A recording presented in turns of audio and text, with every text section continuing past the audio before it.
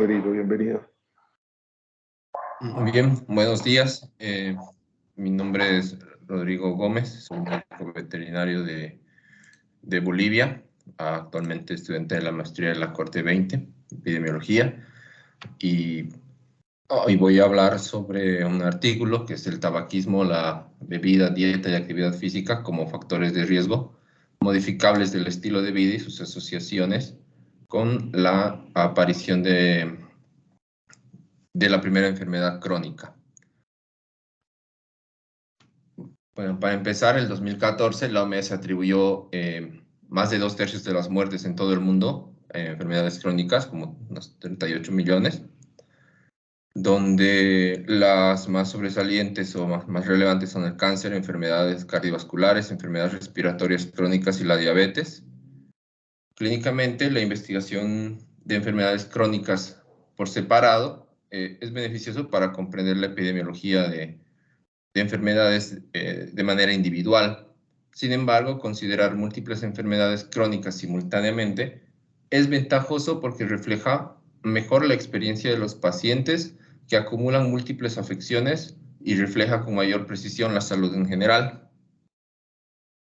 Aquí vemos los factores de riesgo modificables al estilo de vida, que son el consumo de alcohol, el índice de masa corporal, el tabaquismo, la dieta poco saludable y la actividad física, que hacen incidencia de la primera enfermedad crónica de un individuo, como la insuficiencia cardíaca congestiva, la enfermedad pulmonar obstructiva crónica, diabetes, cáncer de pulmón, infarto de miocardio, accidente cerebrovascular y ataques isquémicos transitorios. En este estudio se realizó un estudio de corte en Ontario, en Canadá. El periodo de estudio fue desde el 1 de enero del 2000 al 31 de diciembre del 2014. La fuente de datos que se utilizó fueron encuestas de salud comunitaria canadiense, la CCHS, que están vinculados a datos administrativos para en poder de Instituto de Ciencia de Evaluación Clínica. También se utilizaron resúmenes de altas hospitalarias, incluyendo diagnósticos basados en clasificación internacional de enfermedades, el ICD, una base de datos de reclamos del Seguro Médico de Ontario y el registro de cáncer de Ontario, exceptuando los registros de cáncer de piel, no melanomas. Estos datos se vincularon mediante codificadores únicos y se analizaron en el Instituto de Ciencias de Evaluaciones Clínicas. No está muy clara, si no me equivoco, la imagen, pero esto se ve como en la corte ellos combinaron los ciclos con un número total de 200.922 participantes. Después se realizaron las intervenciones múltiples, se retiraron, quedaron las entrevistas individuales. Ahí se retiraron a los pacientes menores de 20 años que no tenían que participar. Las personas 20 años hacia adelante se mantuvieron, que eran 173.431. Se sacó también de la corte a las personas que tenían historial de enfermedades crónicas. Se mantuvieron las personas que no tenían un historial de enfermedades crónicas. Hubo una pérdida de datos y la corte finalmente terminó con 112.870 personas. Para el análisis estadístico, se hizo un paquete para estimar las estimaciones de la incidencia acumulada de la muerte libre de enfermedades crónicas como un riesgo competitivo y la incidencia acumulada para cada enfermedad crónica por separado. Se utilizó un modelo de Cox para estimar las asociaciones entre los factores de riesgos modificables del estilo de vida y la edad de la primera enfermedad crónica. Para examinar asociaciones, tomando en cuenta la muerte como un riesgo competitivo, se utilizó Fine-Gray. Y para examinar las asociaciones de los factores de riesgo del estilo de vida modificable, se utilizaron modelos separados de Cox y Fine-Gray.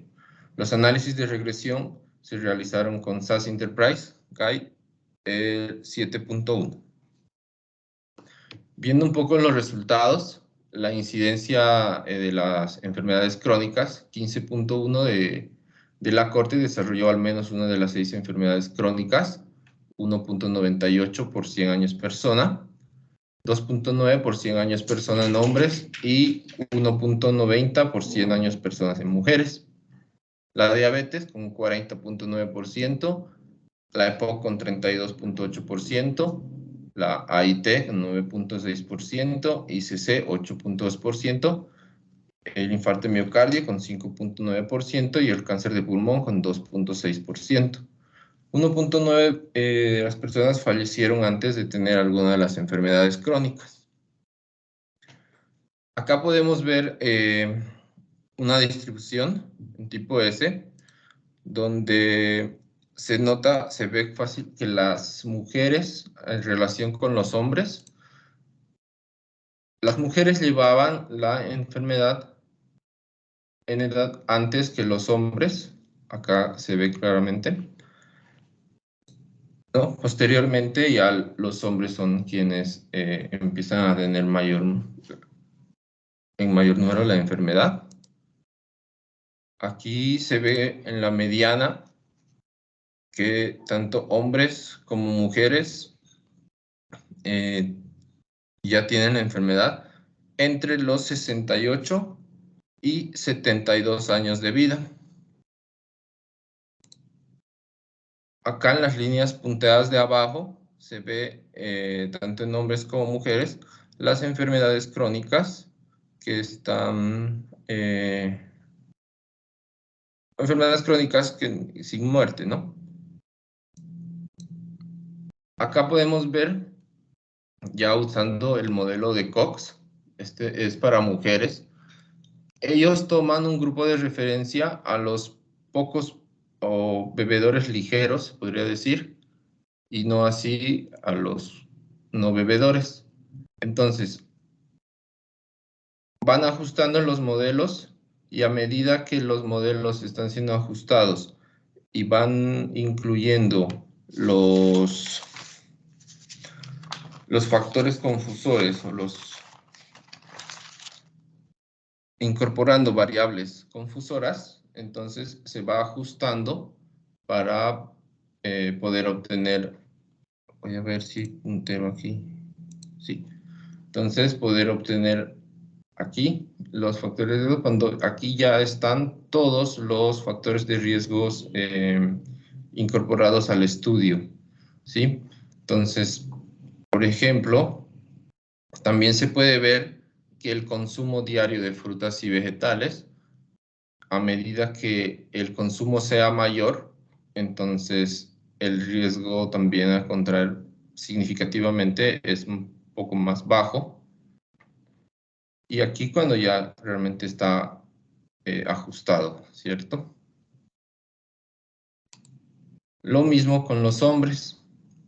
Entonces se puede ver cuando ya está ajustado que el riesgo, por ejemplo, de contraer la primera enfermedad crónica en los fumadores es de 2 veces más, poco más de 2 veces más. Acá se ve la incidencia acumulada para la edad hasta la primera enfermedad crónica entre hombres y mujeres. Aquí se puede ver que hay momentos en que la curva se dispara para las diferentes enfermedades, en especialmente diabetes y EPOC, son estos dos, donde es importante poder, ya nos marca dónde poder trabajar para las personas hasta esa edad, para que puedan modificar el estilo de vida, para poder evitar el levante de las curvas. Aquí también podemos ver que esta incidencia acumulada muestra el riesgo de una enfermedad crónica específica sin la presencia de ninguno otro de los eventos, en especial las enfermedades crónicas que no llevan a la muerte, ¿no? Por ejemplo, la diabetes que no se asocia con otra enfermedad crónica.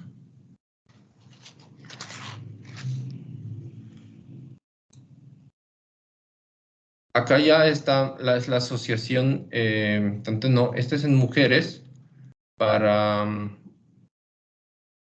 la asociación, las enfermedades como tal y las conductas modificables, ¿no? Que pueden. Entonces aquí vemos cuando ya están eh, pues todos los factores modificadores ingresados, cómo afecta cada uno de las conductas a cada una de las enfermedades. Este es en mujeres y aquí está en hombres, ¿no? Entonces ya están con las tablas ajustadas. Bueno, en este estudio se encontró que la mayoría de las personas acumularon al menos una de las 6 enfermedades crónicas seleccionadas a lo largo de su vida.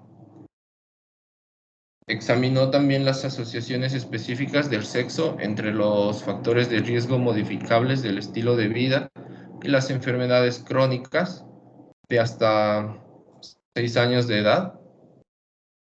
Las incidencias acumuladas de cada una de las 6 enfermedades crónicas separadas por edad nos brindan mayor información sobre la multimorbilidad al mostrar que qué enfermedades se espera que ocurra primero. También muestra que la diabetes y la EPOC tienden a ocurrir primero, lo que refuerza que los esfuerzos de prevención que se dirigen a los factores de riesgo del estilo de vida, tanto de la EPOC y diabetes, deben dirigirse a las personas más jóvenes. Estos tendrán efectos posteriores en el curso de la vida para mejorar la calidad de vida y reducir la utilización de la atención médica. En conclusión, la mayoría de las personas tendrán al menos una enfermedad crónica al final de su vida. Este estudio proporciona un enfoque novedoso que utiliza métodos para riesgos competitivos para examinar la incidencia de varias enfermedades crónicas en relación con el curso de la vida y cómo sus incidencias están asociadas con los factores del estilo de vida. También estudios adicionales que consideren múltiples enfermedades que se relacionan con factores de riesgo compartidos podrán respaldar estrategias de prevención de enfermedades crónicas que son impactantes y el manejo del tratamiento de la multimorbilidad. Es la biografía en la que trabajé. Eso es todo.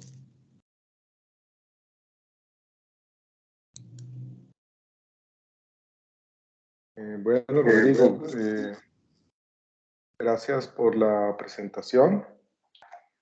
Pues has presentado un resumen de un artículo bastante complejo, ¿no? Que es bastante, realmente quienes lo pudieron revisar, pues tiene una cantidad de tablas y figuras, pero Rodrigo las ha presentado de manera muy rápida. De pronto podríamos volver a algunas de ellas para que podamos como profundizar, pero digamos que el mensaje general es los que Rodrigo ha comunicado. El artículo pues tiene de fondo es un artículo publicado en el Journal Internacional de Epidemiología, que es una pues, de las revistas internacionales de epidemiología pues, más reconocidas. Y digamos, desde ese punto de vista, pues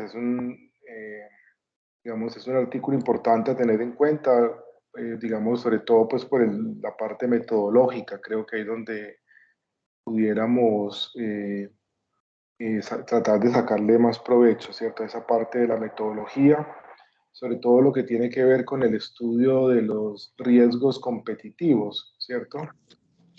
No sé si pudieras, si entendiste bien esa parte, a qué se refieren con los riesgos competitivos y pudieras explicar un poquito mejor eso, Rodrigo.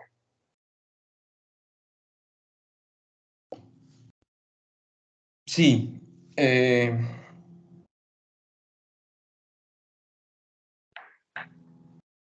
A ver. No sé si es en esta.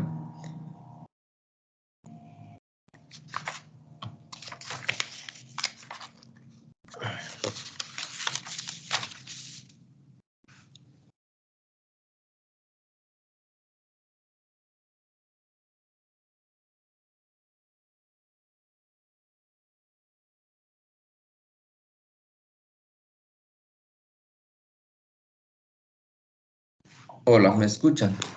Sí, Ok, sí, se me estaba muy cortado.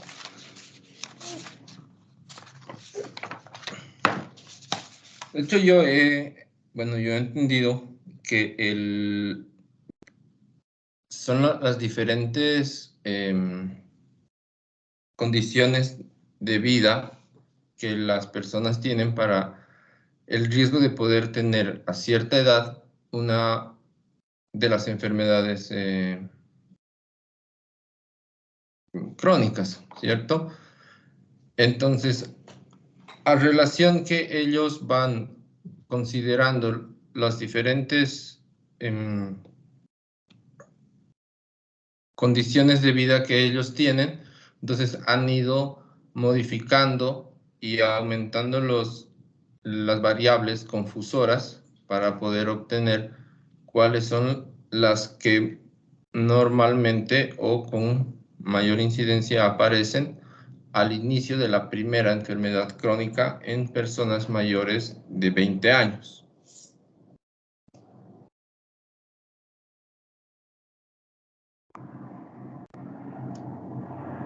ajá,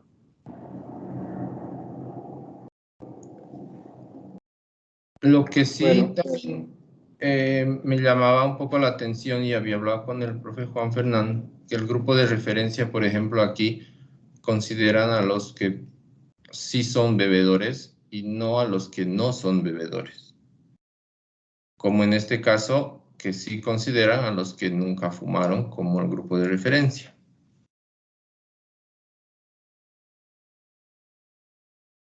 ok, vale. Escuchemos al profe Juan Fernando y luego continuamos. Profe Juan, adelante. Reiterando los buenos días a todos. Rodrigo, te voy a invitar a que hagamos un procedimiento antes de discutir las cuestiones vinculadas a la determinación de la categoría de referencia en un estudio de cohorte. Porque la pregunta del profe Carlos nos ubica en la perspectiva de la identificación de ¿cómo fundamentamos un riesgo competitivo en el contexto del seguimiento epidemiológico cuando el evento de interés es el diagnóstico de la primera condición crónica? Lo primero es que cuando vi la invitación y vi el artículo dije, qué interesante, le llamó la atención el ámbito de las enfermedades crónicas.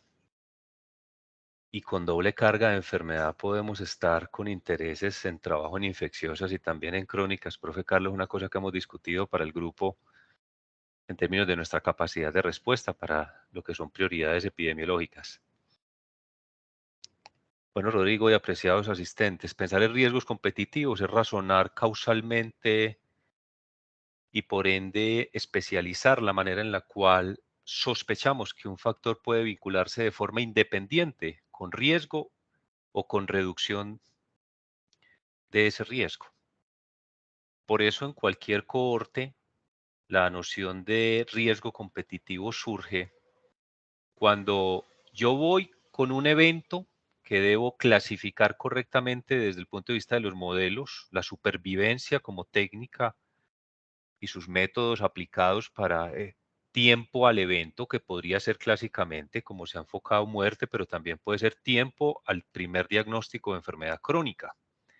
Esto reviste importancia superior cuando abordamos los análisis con técnicas de la supervivencia, que es censura y que es no censurado desde el punto de vista del desenlace o la condición principal de interés. Acá, Rodrigo, entonces, la prioridad es qué sucede a lo largo del curso de la vida, en este caso para personas adultas. Es llamativo, creo que está desde los 20 hasta los 105 años, me haces esa precisión, Rodrigo, por ahí en algunas de las figuras en donde está el intervalo para el curso de las edades. ¿Será riesgo competitivo que una Sí, persona muera por otra cosa que no es una enfermedad crónica? Eso va compitiendo desde el punto de vista de los riesgos. ¿Será un riesgo competitivo? Y lo llevo a manera de ejemplo ¿Qué le parece, profe Elkin, que tengamos una persona que aunque hace actividad física, tiene un índice de masa corporal limítrofe con el sobrepeso, no está en riesgo, limítrofe, pero es una persona que tiene un consumo de bebidas alcohólicas? Es decir, hay riesgos que van en el curso, compitiendo y en dinámicas diferenciales. Y podríamos, el modelo perfecto sería el que tiene todos los factores que en la tabla inicial de la presentación de el trabajo nos haces, señalando lo modificable, pidiéndote por favor que saques de los modificables edad. Creo que por ahí está en uno de los encabezados, no sé si fue que vi mal, para que no lo tengas por ahí reportado. Entonces, será un riesgo competitivo en el seguimiento al primer evento diagnóstico de enfermedad crónica degenerativa, con las 6 condiciones que los autores plantean en ese seguimiento. El hecho de razonar que la exposición a los factores de riesgo y también a factores protectores establece sistemas de competencia que deberían ser integrados para, desde la modelación matemática multivariada, poder tener, si se quiere, una subfamilia para llegar a un hazard ratio, a una medida de la asociación que nos permita entender esas complejidades que llegan cuando ustedes han fundamentado un planteamiento del problema a primer evento diagnóstico de enfermedad crónica. Resalto esto porque es una situación en donde en el Club de Revista muchas veces nos hemos visto, se aplican variantes, bien sea o por que la pregunta lo exige, o porque la distribución del desenlace así lo impone, o porque el incumplimiento de requisitos o criterios, como lo será, por ejemplo, independencia, proporcionalidad de los riesgos cuando estemos en COX. O sea, cuando hay variantes, pueden ser variantes desde el punto de vista del incumplimiento de criterios que exigen la incorporación de una técnica multivariada, diferencial, dando respuesta a eso. Mire, la proporcionalidad no la pudimos demostrar.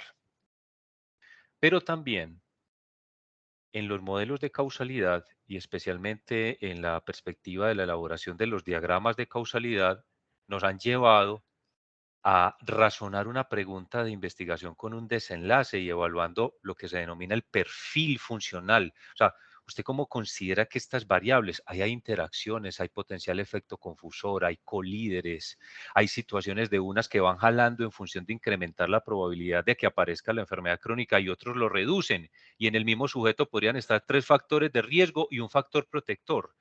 Esa es la vida real del seguimiento que hacemos en epidemiología a grupos poblacionales, en donde nuestra prioridad es ver qué sucede en el comportamiento de factores de riesgo para una condición como diabetes, enfermedad cardíaca coronaria, un evento cerebrovascular o un cáncer pulmonar. Entonces, apreciado Rodrigo de asistentes, el razonamiento causal en función de variables que compiten se establece en el seguimiento para enfermedades crónicas cuando se razona que podría fallecer por otra cosa que no es crónico, y eso va compitiendo ahí también. Y cuando estoy fundamentando que este modelo, no, él solamente es un fumador y lo demás es 0, 0, 0, 0, 0. Principio, entre otras cosas, del ajuste multivariado. ¿Qué hacemos cuando obtenemos una medida como el hazard ratio en un análisis de la supervivencia, en esta variante del Fine-Gray, que dice, aquí compiten riesgos? Entonces deberíamos tener una subfamilia donde los hazard ratios estén ajustados, identificando que aquí hay situaciones en donde los modelos no son, o los tiene todos o no tiene ninguno, o incluso a veces van unos en la ruta de incremento de la probabilidad de ocurrencia y otros en términos de la reducción. Yo haría una recomendación para todos nuestros estudiantes. Valoro en extremo la capacidad de síntesis porque da la posibilidad de una discusión. Yo sé que ahí está el profe Elkin también levantando la mano. Ahorita tengo otro comentario de la lectura del artículo, pero mi invitación es hay tanta información de valor en esta publicación. Es una revista. Hace rato, profe Carlos, no veía un artículo traído de esta revista. Miren que esta revista tiene hasta recuadros como con keywords o aspectos fundamentales de Es una edición muy interesante, es una revista muy prestigiosa en el área nuestra y hay una cantidad de información. Entonces, que en términos de la síntesis que valoramos en epidemiología, por favor que no vamos a sacrificar cosas de los análisis y de las posibilidades. Ellos van modelando desde las hazard ratio crudas y van incorporando un razonamiento para, ¿y qué pasa si ajustamos estas asociaciones con sociodemográficas, con antecedentes? ¿Qué pasa cuando estamos con otros factores de riesgo que también podrían participar independientemente con un aumento de la probabilidad de diagnóstico de enfermedad crónica, y que también razonado podría plantearse que él podría distorsionar total o parcialmente una asociación de interés en un estudio? Son muchos factores de riesgo. Este es el sistema del seguimiento epidemiológico en dinámicas, en cortes dinámicas, y es la posibilidad de pensar en variantes metodológicas. Cuando nos dicen, espérese que no es tan simple como clasificarlos que nunca fumó, que si es exfumador, que si es un fumador leve o severo, y nos expresa la prioridad de tratar de tener, ojalá, entre la familia de las hazard ratio, ¿cuál sería la más válida y más precisa, Rodrigo?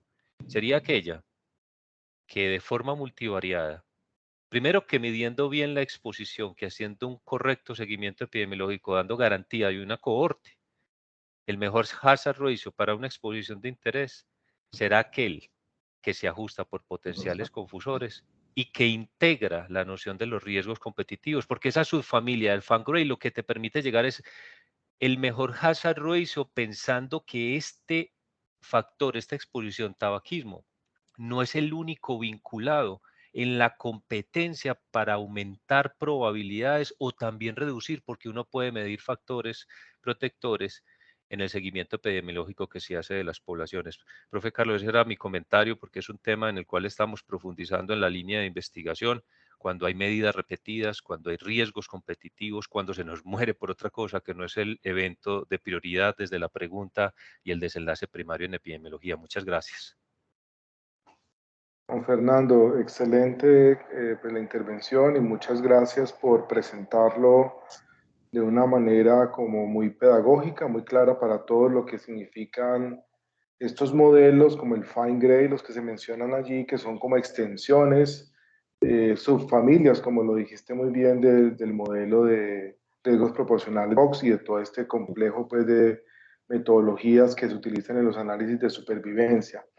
Y muy interesante, creo que lo que has planteado, ¿cierto? En cuanto a entender que el asunto es muy complejo y que precisamente cada vez hay que estudiarlo, abordarlo desde su complejidad, porque de lo contrario, pues lo que estamos es engañando, ¿no es cierto? Simplificando las cosas y llegando a conclusiones equivocadas.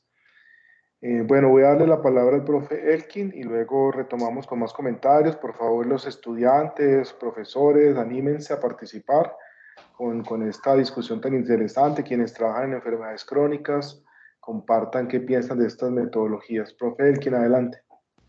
Bueno, gracias. Efectivamente, hay como muchos elementos para comentar en este artículo, todos ellos muy interesantes. Yo, por ejemplo, voy a aprovechar esta gráfica que está aquí expuesta para tratar de entender qué nos dice el investigador, qué nos dice el artículo sobre entre las enfermedades crónicas, cuál es la que alcanza los niveles de más alta incidencia y además cuál es la que aparece más precozmente. Eso también ayuda a entender cómo es que realmente ocurre el fenómeno de las enfermedades crónicas. Ustedes pueden ver que prácticamente la gráfica de los hombres y de las mujeres pues son similares en relación con su morfología, pero hay una cosa que destaca y hay una enfermedad que aparece muy precozmente en la incidencia. Ya desde los 20 años ya tenemos aparición de niveles de personas que sufren esa enfermedad a los 20 años. Y se va aumentando gradualmente en forma, dijéramos, suave, curvilínea, en forma de S, como decía Rodrigo, y alcanza niveles muy altos, tanto en los hombres como en las mujeres. Estamos hablando de la diabetes. Y es la diabetes con esa forma de aparecer que realmente es el nítido reflejo del sobrepeso o de la obesidad, que es, dijéramos, uno de los primeros pasos en materia del proceso de enfermedades crónicas. Las enfermedades crónicas, entre otras cosas, aquí nos muestran claramente que prácticamente la mayoría de las personas la van a sufrir durante su vida, la mayoría de las personas. Tanto es que alguien pudiera pensar que es casi un fenómeno natural. De hecho, con las enfermedades crónicas que antes llamábamos, para identificarlas mejor, como no transmisibles, ahora ya no tenemos la convicción de que no sean tan autónomas a eso de la transmisión de persona a persona o de comunidad a comunidad, porque son comportamientos que se aprenden, que se imitan y que hasta se contagian, de manera tal que llega un momento en que hay aquí una enfermedad colectiva, que es llegar a que las enfermedades crónicas prácticamente tocan con todo el mundo durante el transcurso de su vida. Pero hay unas que comienzan muy precozmente y aquí aparece la diabetes y que está seguramente ligada con la obesidad o el sobrepeso, y entonces es como quien dice la pota inicial, el primer paso. Es muy simple, cuando una persona a los 20 años empieza a cambiar su estilo de vida y deja de ser activo y en cambio continúa con sus niveles de sobrealimentación, empieza la sobrepeso y con ella empieza también la aparición de la diabetes o los trastornos del metabolismo de los azúcares desde muy temprano en la vida. Observen que ese es un comienzo suave que se va empinando y se va poniendo a un nivel más alto en comparación con todas las otras crónicas. Si ustedes ven en general, las que tienen que ver con cáncer, las que tienen que ver con enfermedad cardiovascular, están también en un crecimiento, pero que se acentúa a partir de la mitad de la vida, es decir, a partir de los 50 años, uno empieza a observar ese crecimiento tan nítido, pero es relativamente ausente antes de los 40 o 50 años, es decir, en esa primera mitad de la vida, y no están presentes, pero se hacen muy incidentes en forma muy aparente a partir de la segunda mitad de la vida. Aquí me llama la atención entonces que hay una enfermedad que yo me atrevería a decir, oigan bien cómo me estoy diciendo, me atrevería a decir que debe tener algún problema analítico. ¿A cuál es? Es esa que se llama COPD, o sea, enfermedad pulmonar obstructiva crónica, que está de segunda como una lineecita roja. ¿Y por qué lo digo? Porque tiene en la gráfica un comienzo abrupto, inexplicablemente abrupto. Ustedes pueden ver en la gráfica a la izquierda, por ejemplo, a los 35 años, cómo empieza a subir, como quien dice, en forma abrupta. Eso no pasa con ninguna de las otras, que todas. Muy bien, gracias, Rodrigo. En ese punto estaría bien. Miren cómo comienza, igual en la otra gráfica. Ese comienzo tan abrupto me parece a mí que es lo que llamo un artefacto. ¿Por qué lo llamo artefacto? Porque no coincide con el comportamiento normal de todas las demás curvas y porque no tiene una explicación racional de tipo biológico. De hecho, la curva de la incidencia de enfermedad pulmonar obstructiva crónica va muy en armonía con la curva del cáncer de pulmón. Son muy similares. O sea, esa curva debería ser mucho más baja y estaría en armonía con, muy cercana a la curva del cáncer de pulmón. Si entonces ustedes ven con cuidado, ven que todas las curvas comienzan muy suavecito, gradualmente. Es una S suavizada realmente por la edad, pero ese comienzo súbito de una enfermedad, especialmente la enfermedad pulmonar obstructiva crónica, no tendría una explicación biológica, una racionalidad, una plausibilidad biológica, y yo asumo que es un artefacto. Como quien dice, a los 35 años y no antes empieza algo grave que te daña la funcionalidad de los pulmones. Eso no tiene una plausibilidad biológica. Entonces debe haber ahí, me atrevería a asegurar que hay un problema de un artefacto analítico en relación con este. Si nos muestra, lo digo, la tablita donde está las mujeres y sus riesgos relativos o los hazard ratio, donde están los factores de riesgo y las enfermedades, es una tablita donde de las mujeres exactamente, esa tablita. Entonces yo quiero que observen un detalle relacionado con un comportamiento muy curioso que tienen los factores de riesgo. Los factores de riesgo tienen un comportamiento que es como una especie de escala de dosis-respuesta. Pero ese comportamiento de dosis-respuesta todavía tiene que ser asimilado y aprendido bien en epidemiología porque tiene diferencias de uno a otro. Por ejemplo, ustedes observen lo que intentaba decir hace rato Rodrigo, de que la condición de tomar alcohol, el mejor nivel con relación al riesgo que establece el consumir alcohol no es ser abstemio total. De hecho, la persona que es abstemia total o no consume alcohol, en cierta forma tiene una elevación del riesgo en comparación con otro nivel que se llama el bebedor leve o el bebedor social. Es decir, la persona que se toma unos traguitos socialmente de vez en cuando, tiene un comportamiento en general con relación a la morbilidad y mortalidad de crónicas mucho mejor. O sea, que estaríamos diciendo que la condición ideal en ese factor en particular no es ser abstemio en absoluto, no es negarse totalmente. Ayer me sorprendía que leía un pasaje bíblico donde el apóstol Pablo le aconsejaba a su discípulo Timoteo que se tomara unos traguitos de vez en cuando, que ser abstemio a ese nivel tan crítico le estaba produciendo problemas estomacales, tensión, estrés y malestares generales. Es impresionante que se junte eso con la habilidad. Ahora, cuando miran ustedes el índice de masa corporal, que es un indicador indirecto de sobrepeso o de obesidad, ustedes verán una cosa también. Resulta de que el nivel más protector del peso no es el que llaman el nivel normal, que usualmente lo clasifican entre valores de 20 a 25 kilogramos por metro cuadrado. Sin embargo, verán que estar un poquito más liviano que el referente normal es un factor protector.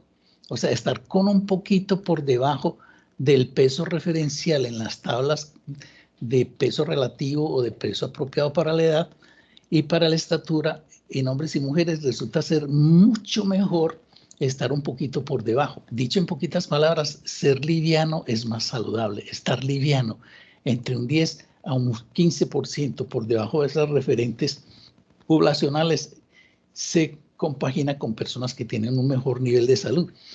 Entonces, en cambio, pueden mirar también el factor del cigarrillo. El cigarrillo es dañino en todos los casos y el punto óptimo es 0 cigarrillos durante la vida. Incluso aquí en este estudio también muestran muy bonito el hecho de que el humo de segunda mano, o sea que las personas que se fuman que aspiran el humo de sus compañeros, a pesar de que estas personas no fumen, también tienen el efecto dañino, deletéreo de percibir o ingresar humos a su organismo, aunque ellos no lo quieran en forma involuntaria, que es lo que pasa con la contaminación ambiental. Es decir, la contaminación ambiental afecta a las personas aunque no fumen. ¿Por qué? Porque los obliga prácticamente en forma indirecta a fumar. Entonces, ese asunto nos muestra con la actividad física. Es otra cosa también importante, la protección de la actividad física es extraordinaria. Aquí aparecen niveles de actividad física que, como decía Juan Fernando ahora, parecerían, uno diría, ¿cómo así que esta persona es activa físicamente y sin embargo el resto de los factores no muestra esa evidencia de que sea verdaderamente activa? Pues las personas que son activas realmente tienen un factor de protección extraordinariamente incuestionable. Y por último diré algo relacionado con una percepción que no está aquí puesta, pero en esta tabla, pero que lo plantean en el artículo, de lo que llaman su autopercepción de salud.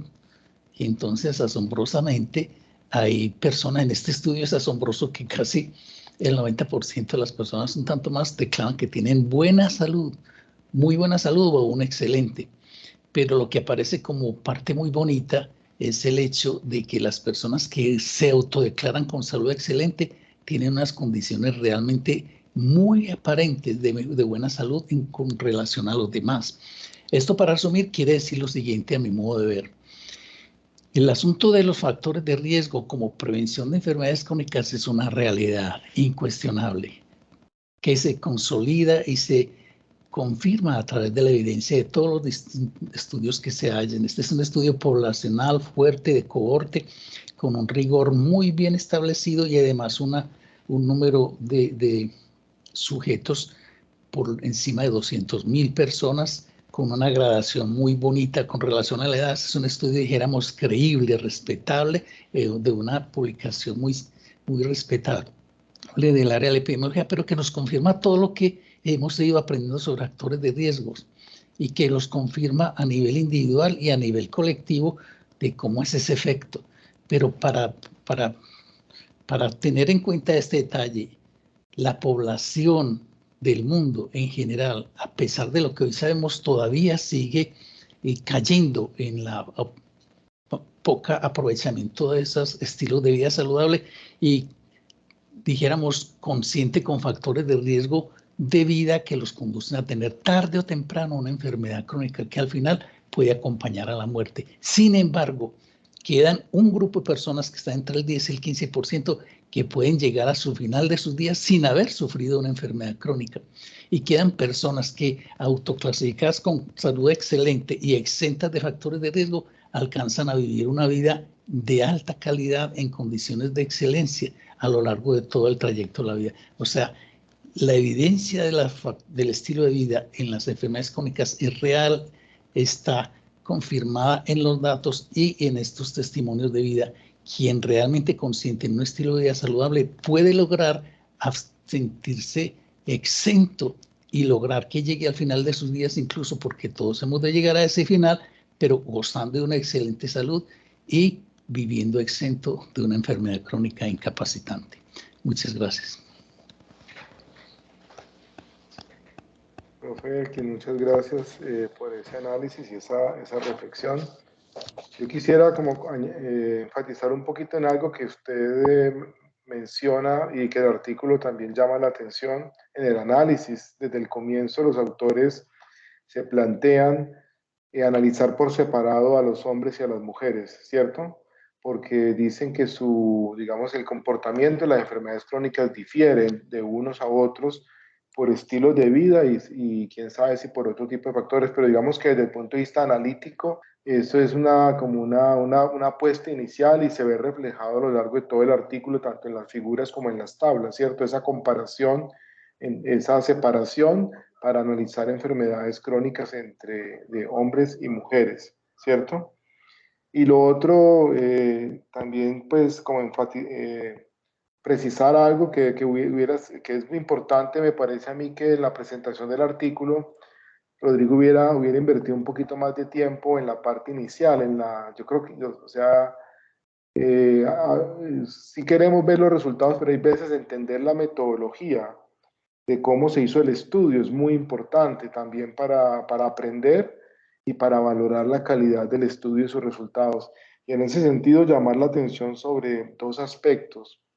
Uno es que este estudio es construido a partir de información secundaria de muy buena calidad que afortunadamente un país como Canadá viene recogiendo hace mucho tiempo. Entonces eso les permite a ellos, digamos, tener acceso a datos de muy buena calidad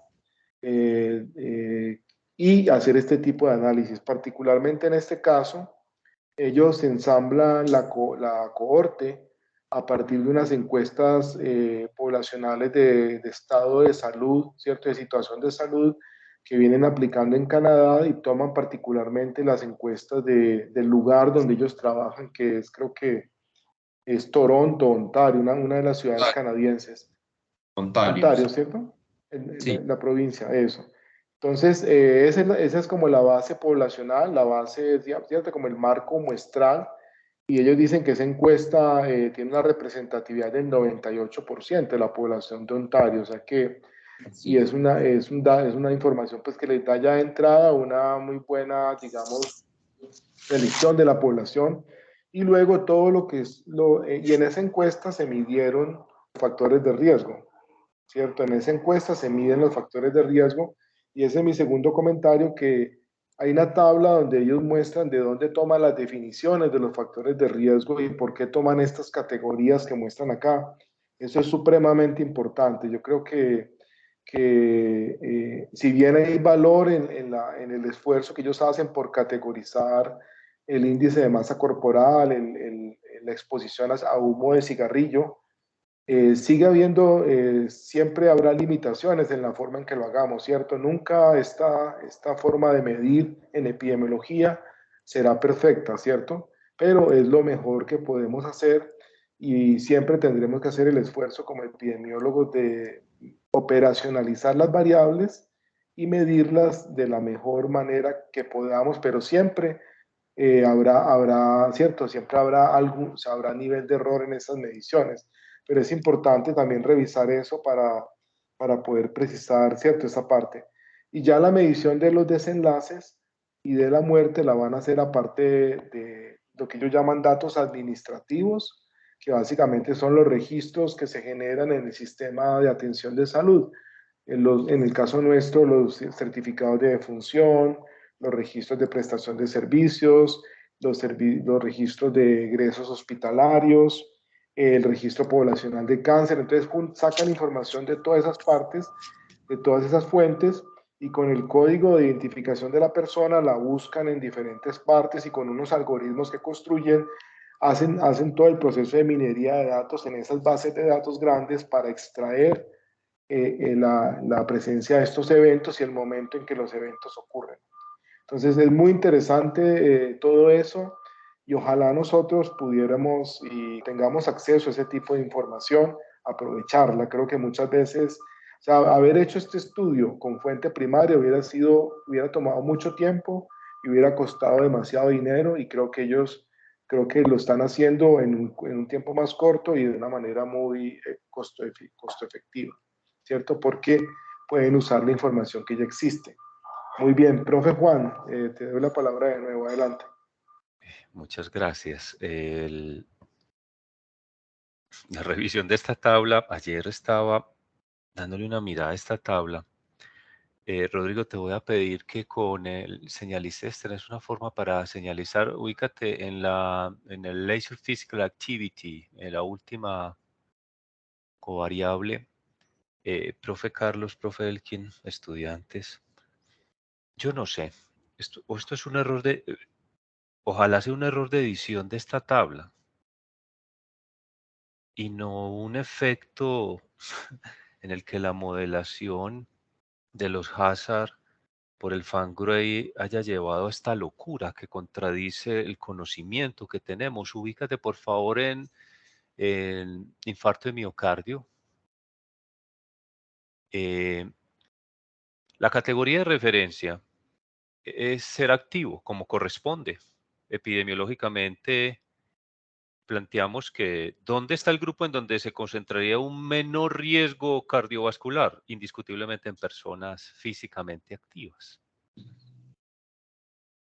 Ustedes pueden observar, te agradecería si tenés la forma de hacer un recuadro o señalizar, los hazard ratio están ajustados por potenciales confusores tanto sociodemográficos como antecedentes y por la configuración de riesgos competitivos por demás covariables. En este razonamiento causal será un riesgo competitivo el hecho de que un sujeto reportando una categoría de actividad física en cuestionario tenga o no tenga exposición al tabaco, tenga diferentes sujetos con diferentes niveles de obesidad, por ejemplo. Son riesgos porque ellos por sí solos, de manera independiente, podrían incrementar el riesgo de que ocurra el evento cardiovascular. Pero no le llama mucho la atención esto. Ahora resulta que los que no hacen actividad física en este modelo, que es el modelo más altamente refinado y ajustado por riesgos competitivos y potenciales confusores, nos está indicando una reducción del riesgo del 54% para evento cardíaco coronario. O sea, eso contradice la evidencia epidemiológica del conocimiento detallado que tenemos en grandes estudios de cohorte, profe Elkin. La mayoría de grandes estudios con valoración objetiva del nivel de capacidad cardiorrespiratoria de los sujetos ubica a los sujetos sedentarios o que no cumplen las recomendaciones de actividad física con riesgos que pueden triplicar y cuadruplicar la posibilidad de que ocurra un evento cardíaco coronario y para cerebrovasculares también. Entonces, a mí me llamó mucho la atención esto, profe Carlos. Uno tiene que ser un lector y usted hace un llamado de atención que es fundamental. Un buen protocolo de una cohorte debe tener rigurosa fundamentación de qué defino como tiempo cero para el seguimiento, qué es estar expuesto y si es dicotómico, politómico. Entonces dígame cómo son las categorías. ¿Por qué usted sospecha que este factor debería ser evaluado por categorías? ¿Acaso sospecha una función dosis-respuesta? ¿Usted cree que en la medida que se exponga más o menos eso se va a traducir en diferencias en la magnitud de la asociación? Si usted sospecha eso, tiene sentido categorizar una variable. Si usted lo sospecha, la construcción de múltiples categorías para dar referencia de dosis y respuesta, y no solamente de la forma dicotómica de presencia o ausencia de la exposición para indicar si se asocia o no. Rodrigo, a mí me llamó mucho la atención esa evidencia y uno, bueno, entonces uno, ¿cómo dice en la lectura de esto en un congreso? Investigadores Juan, aplican, ¿sí? sí, disculpa que te interrumpa, es que los autores son conscientes de eso y lo mencionan, pero este hallazgo es solo en las mujeres, esta es la tabla de las mujeres. Si quiere, Rodrigo, muestre la misma tabla para los hombres, a ver cómo se comporta la actividad física en los hombres. Ajá. Ustedes hombres. Mira, estos son hombres, mira los hombres, Juan, que ahí sí creo que tiene más sentido, es más lo que se esperaría, ¿cierto? ¿O no? Sí, profe, pero bueno, una de las inquietudes académicas que ha surgido de esta revisión de riesgos competitivos en la línea es, los autores que proponen los métodos y la subfamilia para derivar hazard ratios en modelos de riesgo competitivo, dicen es que si usted se va por cost cumpliendo todos sus supuestos, sus criterios, puede obtener medidas de la asociación que sobreestiman el verdadero riesgo. Y esta manera en la cual derivamos hazard ratio ajustando por potenciales confusores y en el modelo de cómo compiten diferentes factores, incrementando o reduciendo la posibilidad de que ocurra el fenómeno, entonces lo podemos hacer. Quería cerrar el comentario, profesor Carlos y estudiantes, con esta situación, y es que lamentablemente el error de clasificación cuando hacemos cuestionario, especialmente en las variables relacionadas con el estilo de vida, ha sido un dolor de cabeza para la derivación de las asociaciones más válidas que podemos tener. Algunos autores incluso hacen submódulos para qué pasa cuando me autorreporta. El autorreporte tiene muchas situaciones y una de las más peligrosas es el error de clasificación, porque muchos preguntan por percepciones y o por lo que hacen en los últimos 7 días de la semana. La indagación por cuestionario de variables del estilo de vida, consumo de cigarrillo, frutas y verduras, situaciones vinculadas con actividad física, hace que a veces tengamos con estos super tamaños muestrales, que incluso no tengamos ¿usted qué le pare con ese super tamaño muestral y no tener la posibilidad de identificar una asociación que otros estudios que han hecho mediciones objetivas, por ejemplo, de la capacidad cardiorrespiratoria, sí refieren esa escala? Entonces, ese era mi comentario. La correcta medición de las exposiciones, a veces la necesidad, incluso no se fíen de grandes tamaños muestrales, porque si el error de clasificación está presente en el método con el cual se evalúa la exposición, con 1000 o con 200.000 usted va a llevar errores sistemáticamente, sesgos, que no hay modelo multivariado, su familia para los hazard ratios o que se lo pega. A veces esta fe ciega, profe Elkin, de pensar que es la modelación la que resuelve, cuando es un razonamiento sensato y una evaluación. En cohortes, profe Carlos, hoy en día hay un llamado que estas variables que han sido históricamente problemas por errores de clasificación se hagan pequeñas submuestras en donde se trata, cuando es posible, hacer una medición objetiva para tener un marcador más robusto de si esa persona verdaderamente sí tiene un nivel de actividad física que cumple las recomendaciones. Me llamó mucho la atención ese hallazgo y hace parte del problema histórico de la evaluación de clasificación de una variable como el reporte de actividad física, a diferencia de cuando lo hacemos con métodos que incluso no tiene que ser de laboratorio, sino que hoy en día tenemos incluso la posibilidad de llegar a la avanzada, de tener métodos para la predicción de la capacidad cardiorrespiratoria. Hemos terminado un estudio para validez y concordancia de una ecuación de predicción de capacidad cardiorrespiratoria para evitar este problema que también nos surgió en el programa de salud de andar clasificando a gente con cuestionarios y tener un poco más de robustez desde el punto de vista de clasificación de los sujetos. Me gustaría mucho, porque estamos ya en el proceso de par review, cuando lo tengamos listo poderlo presentar. Muchas gracias. Excelente, Juan Fernando.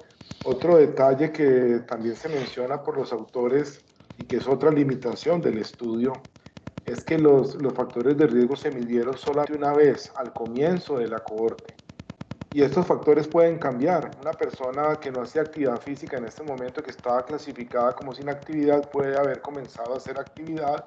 Y por supuesto, cuando los factores de riesgo cambian en el tiempo, también el riesgo va cambiando, ¿cierto, Juan? Entonces, ellos hacen el llamado pues a la necesidad de hacer estudios como este, pero con mediciones en el tiempo de los factores de riesgo y cómo estas exposiciones van cambiando y a la vez pues el nivel de riesgo va cambiando, ¿cierto? También es importante, porque aquí seguramente muchos de los participantes están mal clasificados, ¿cierto?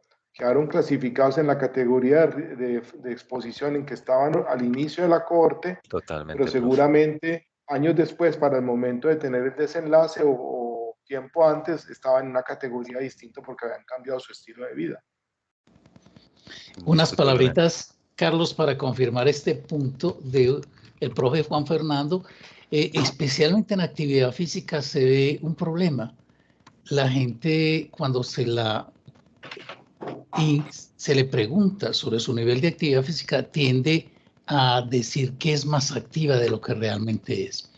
Si uno lo hace por cuestionario, hay personas incluso de edad avanzada, lo he visto yo en varios estudios que hemos hecho en personas de edad avanzada, están en un programita que recién se estableció para lo que llaman el adulto activo y entonces entran en ese programa y empiezan a convocarlos a reunioncitas donde empiezan a hacer una gimnasia colectiva y ya ellos creen que están en un programa de actividad física que los puede clasificar como activos regulares, pero por supuesto que eso no es así. Claro, y ahí se introduce un error muy grande en la parte analítica.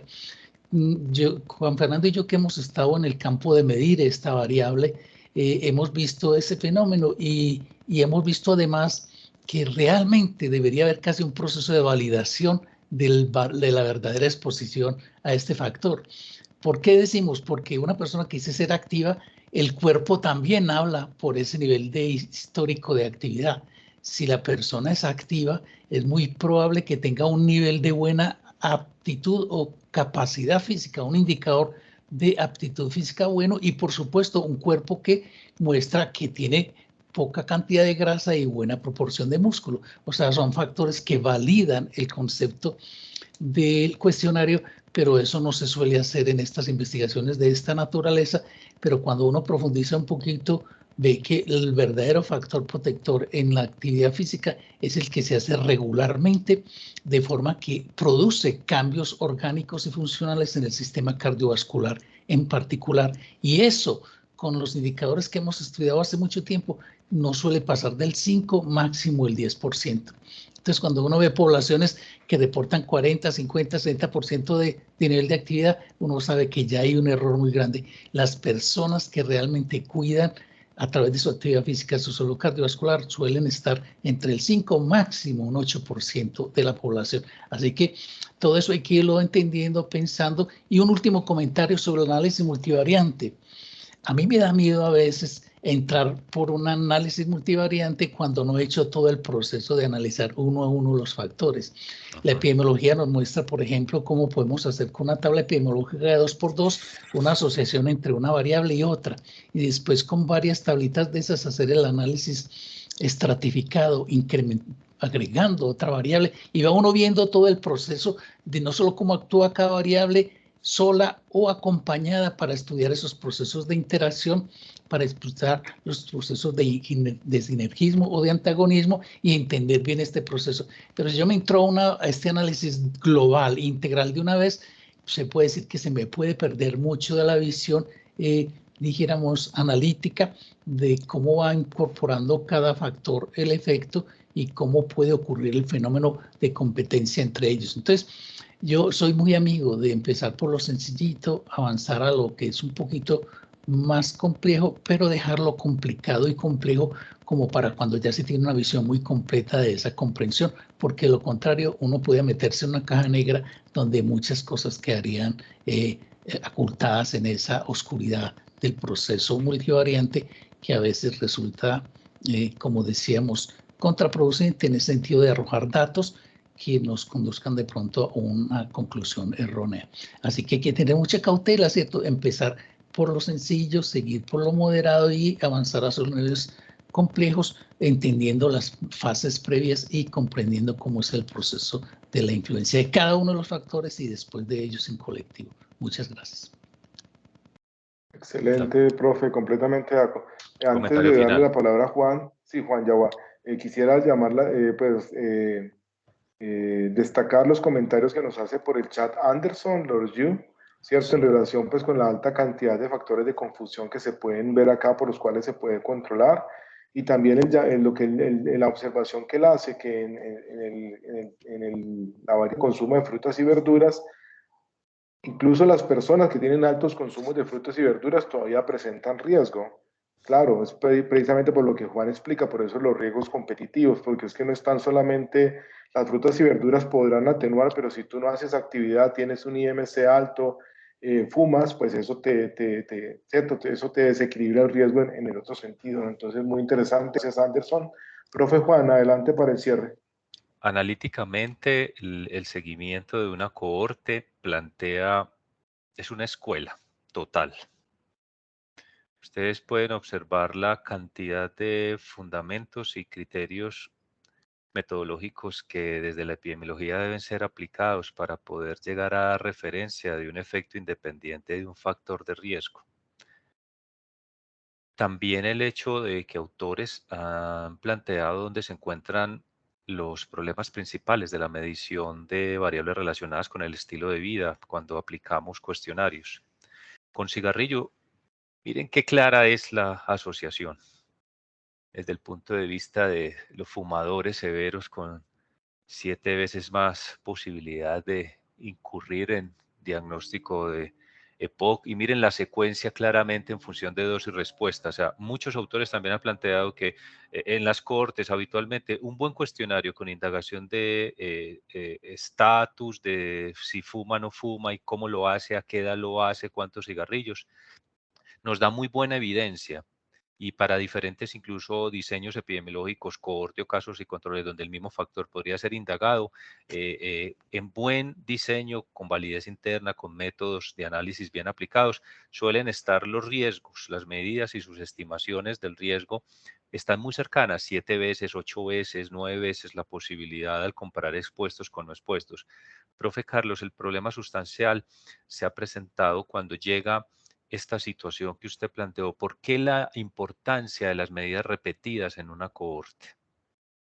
Recuerden que repetido podría ser un evento como una condición infecciosa que pueda ocurrir varias veces a lo largo de un tiempo, pero también puede ser el hecho de repetidamente evaluar la capacidad cardiorrespiratoria de sujetos, su índice de masa corporal, porque yo no puedo presumir, yo no puedo asumir que hace 5 años esa persona que estaba en sobrepeso sigue sin modificación alguna. Algunos autores están recomendando que razonar riesgos competitivos y aplicar estas metodologías tiene sentido si usted se esfuerza por medir bien exposiciones y tiene o sus módulos o sus muestras, no se deje deslumbrar por los grandes tamaños muestrales. Grandes tamaños muestrales con problemas de errores de clasificación le traen estos hazard ratios locos y uno no sabe cómo interpretar eso. Y una persona que no tenga dominio epidemiológico podría en un congreso hacer una recomendación o generar una conclusión completamente equivocada. La medida repetida nos ubica en este contexto. Piense en aquellas variaciones que se dan, pero que hacen parte de las oscilaciones, por ejemplo, en la composición corporal o en una medida de la capacidad cardiorrespiratoria, la capacidad funcional de un sujeto. Piense que eso puede variar, pero también de una referencia en la cohorte para momentos claves, para evaluar cuando la variación es tal que hace que sujetos cambian de categoría para, por ejemplo, pasar de no estar en riesgo a estar en riesgo. Y esta ha sido una de las observaciones que en los estudios y en los trabajos que se han hecho muchas veces en la revisión de la calidad de la evidencia se dice, ojalá lleguemos a una manera en la que en grandes cohortes tenemos submódulos en donde las medidas repetidas nos dan referencia de variación del factor y cómo esa variación puede hacer que los sujetos o que los modelos tengan que hacer cambios porque un gran número de las personas ha cambiado de categoría de exposición. Ese era el comentario final. Rodrigo, te agradezco mucho por traer el artículo y mi recomendación es que cuentes con un poco más de tiempo cuando elijas un material de tanta calidad para que nos des una referencia de cómo se fueron paso a paso los autores presentando las características de la población, los factores y demás elementos. A todos un buen día. Buen día, Muchas profe. gracias, profe. Gracias a todos, Rodrigo, profes, por la participación, Anderson, los que asistieron. Nos encontramos aquí la próxima semana. Que tengan buen día. Hasta luego. Gracias Chao. y un buen día para todos.